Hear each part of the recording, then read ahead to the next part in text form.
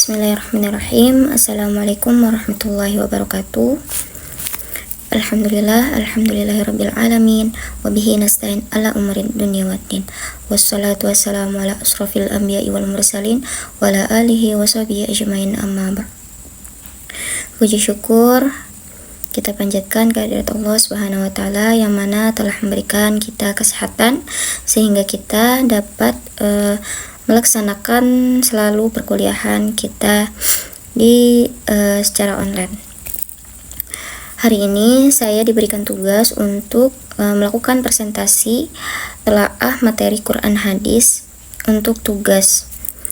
Jadi di sini saya akan mentelaah materi tentang bab 1 pada Quran hadis MTS kelas 8. Dalam bab ini kita membahas bab yaitu kubaca Al-Quran dengan tepat berdasarkan kaidah tajwid, yang dimana dalam halaman awal itu terdapat hadis Rasulullah Shallallahu Alaihi Wasallam yang diriwayatkan oleh Bukhari dan Muslim dari Aisyah radhiyallahu anhu bersabda bahwa Rasulullah Shallallahu Alaihi Wasallam pernah bersabda, yang mana dalam artinya yaitu berbunyi, yang mahir membaca Al-Quran bersama malaikat yang terhormat, dan yang membaca Al-Quran sedang ia terbata-bata serta mengalami kesulitan, maka baginya 2 pahala. Jadi yang dimaksud dari hadis tersebut adalah diterangkan betapa pentingnya membaca Al-Quran, sehingga yang membacanya terbata-bata pun tetap mendapatkan pahala yang besar ganjarannya, bahkan 2 pahala, dan bagi yang mahir membacanya mendapat kedudukan yang mulia bersama malaikat. Jadi dalam membaca Al-Quran itu kita sangat penting, karena membaca Al-Quran dengan tajwid itu adalah merupakan sebuah anjuran dari Rasulullah, dan bahkan mendapat pahala yang sangat besar ganjarannya gitu. Jadi agar bacaan kita lancar, baik dan benar, maka kita harus belajar, yaitu belajar tajwid, belajar pelafasan huruf yang benarnya seperti apa gitu.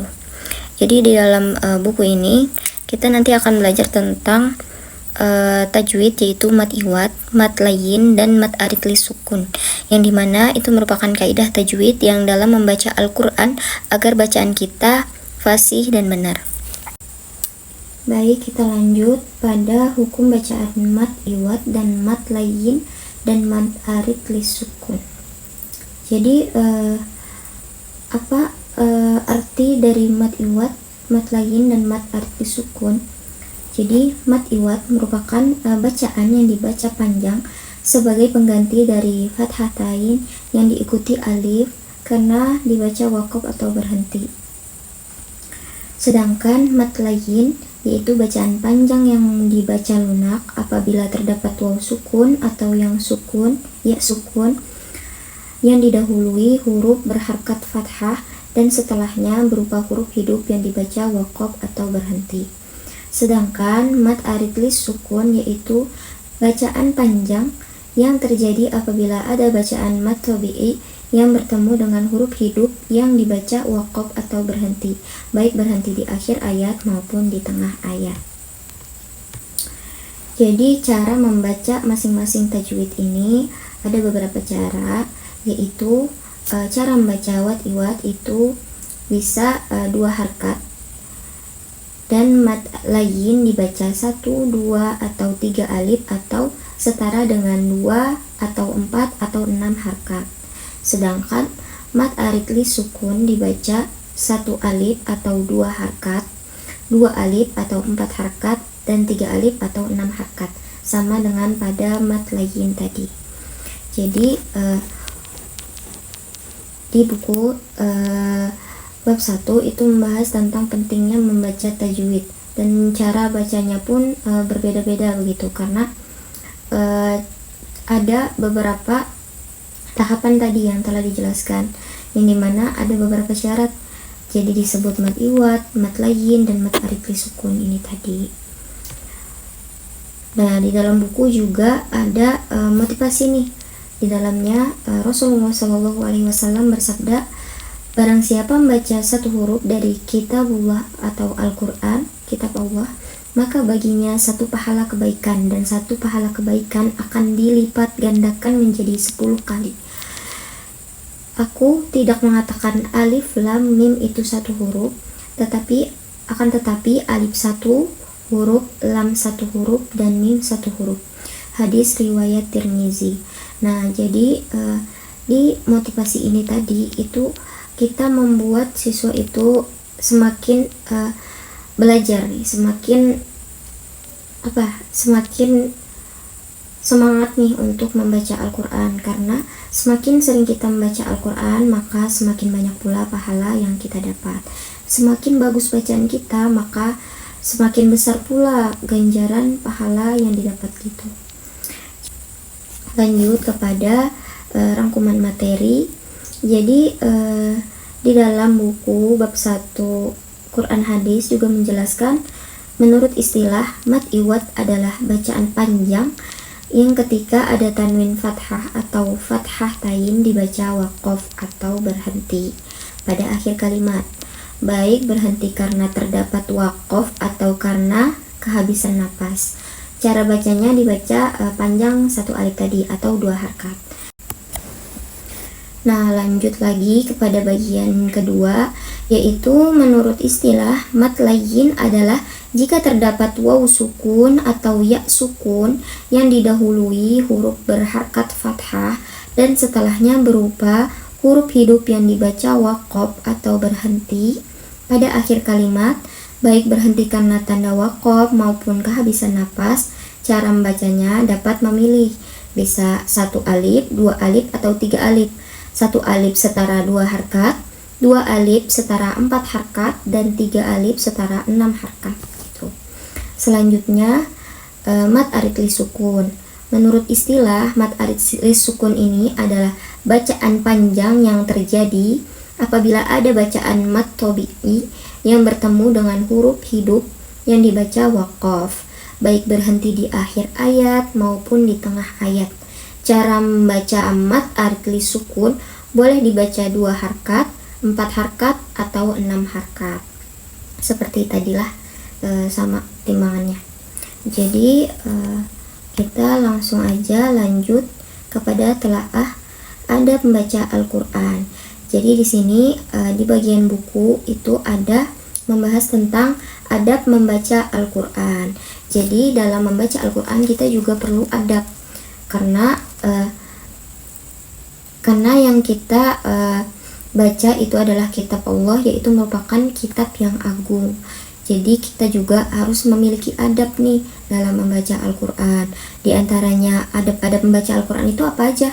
Nah, jadi bisa kita lihat di sini, yaitu yang pertama ada berwudu sebelum membaca Al-Quran, yang kedua membersihkan mulut, yang ketiga berpakaian yang bersih, yang keempat duduk di tempat yang layak dan menghadap kiblat, yang kelima berniat hanya karena Allah Subhanahu wa Ta'ala, yang keenam bersungguh-sungguh merenungkan dan memikirkan ketika membaca Al-Quran, yaitu kita hayati arti-artinya, kita hayati makna-maknanya. Yang ketujuh memelihara hukum tajwid. Nah, masuk kepada tajwid tadi yang kita bahas. Lalu yang kedelapan, membaca diawali dengan ta'awuz atau basmalah kecuali Quran surah At-Taubah. Nah, nanti teman-teman bisa ada yang nanya nih, kenapa Quran surah At-Taubah itu tidak didahului dengan baca ta'awuz atau bismillah?